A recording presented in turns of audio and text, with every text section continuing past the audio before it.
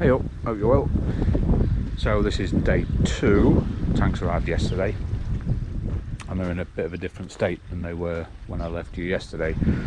So if you haven't seen the video, I'll stick a link up there. But basically I'd plumbed all the bottom drains in and started to fill. So it became apparent very quickly that the bottom drains were leaking. I hasten to add, it's nothing to do with the pond, the easy pond. It's this collar. So there were 2 of the 3 were leaking from exactly the same place, and it's this collar. So the fit between the pressure and the normal, obviously I don't think it was tight enough. I've never had a problem with solvent welding joints. All the other joints, everything, even when I did the other setup, everything was fine. So I can only assume it's that, but at the end of the day I've done it, so it's my fault. So yeah, what I had to do is, mistake number 1, obviously I solvent welded everything in place before wet testing. What I should have probably done is made this connection and then water tested that to make sure that was watertight, and that's what I didn't do. So the little tip learned from my mistake: as soon as I'd done that joint, I should have water tested that, and I didn't. I just carried on and solvent welded it all in. So the solution I've come up with is I've had to cut the pipes, as you can see, and I've just got a boot. So I was going to go with the straight line pressure connector, but again that's more permanent, so I decided with the boot, because it's not going to be buried either. If I have any more issues, I can just disconnect this boot and raise the tanks up like this. So going forward in the future, any problems, I can still sort of disconnect the tanks and lift them like this. So I thought that was a better solution. And like I said, they're not being buried, they are just going to be covered with some like decking boards. So that's where we're at. So what I've done, I'm going a bit of belt and braces, and when I say leaking, there weren't massive leaks, it were just drips, but it was on the middle and this one. The far tank with the window wasn't leaking, but hey. So what I've done, I re-solvent welded all the way around on the outside. Don't know if it does any good, to be fair, because I know that bonds when it makes contact. But I just thought, why not? And then I've got some gold label, some of the sealer left. So again, both sides. I mean, it's not the neatest of jobs, but it doesn't have to be. You know, I've absolutely just caked it on. So I'm waiting for that to dry, and then I'm going to do another layer. I think just why not? I've also got some of that Gorilla patch and seal tape. I might even just wrap a ring of tape around it once this is dried, just for that extra bit of belt and braces. But that's where we are. Everything's a mess. I did raise the Nexus as well. I don't know if I mentioned, actually, it was always a plan to raise it up once those tanks failed.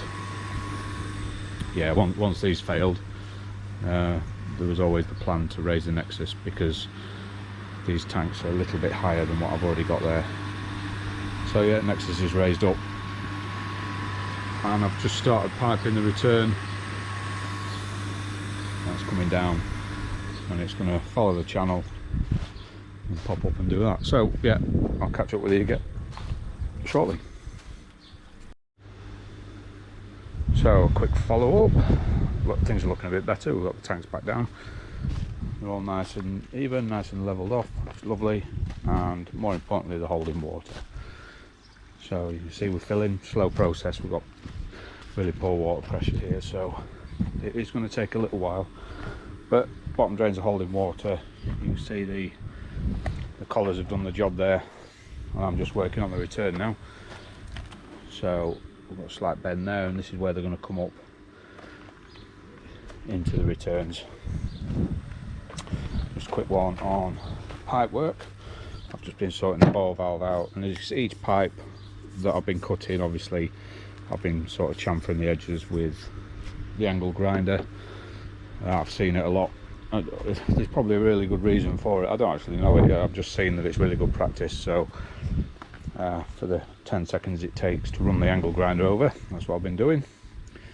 So that's where we are. So hopefully the next well, for me, the next hour or so I'll have the returns in, and then it's just waiting for them to fill and see where we are from there. So I'll catch you in a bit. Right, that's the returns done. So am I, to be fair. I've had enough for the day, so they're still filling. I ran out of 90s right at the last one, look. But I've used 245s. But they're all nicely in. They're all nice and loose as well. I've shown in a video in the past you can tighten and loosen the handles. So we're still filling. Like I said, it's really slow. But so far, so good. I think we're just about to hit the window. Yeah, we are. Let me just grab my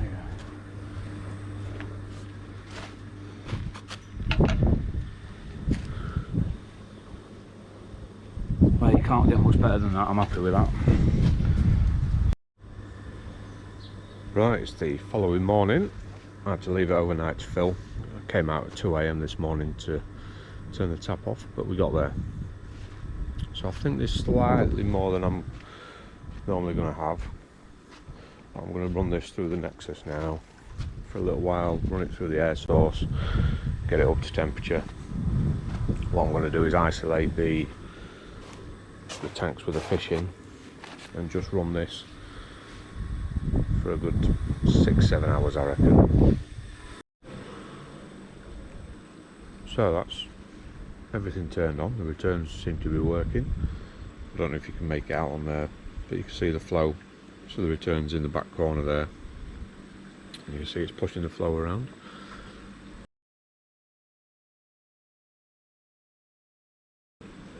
So yeah, overall happy with that. Let's go and have a look. So the water level's fine. Let's have a look at the level.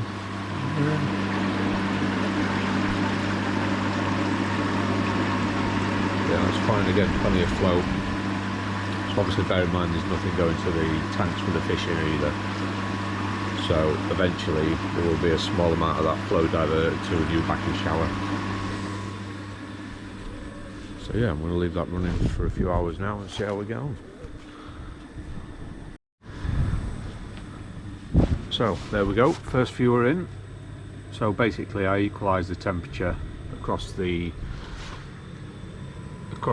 two sets of tanks, just to ensure that there was no shock to the fish when I moved them from the other tanks. And so far so good, they all look fairly happy. I did use some AquaSafe as well, but yeah, so far so good.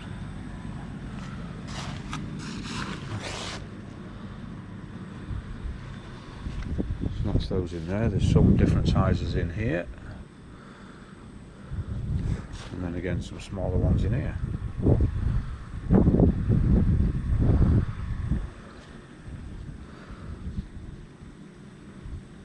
So that's that. I'm going to end that there.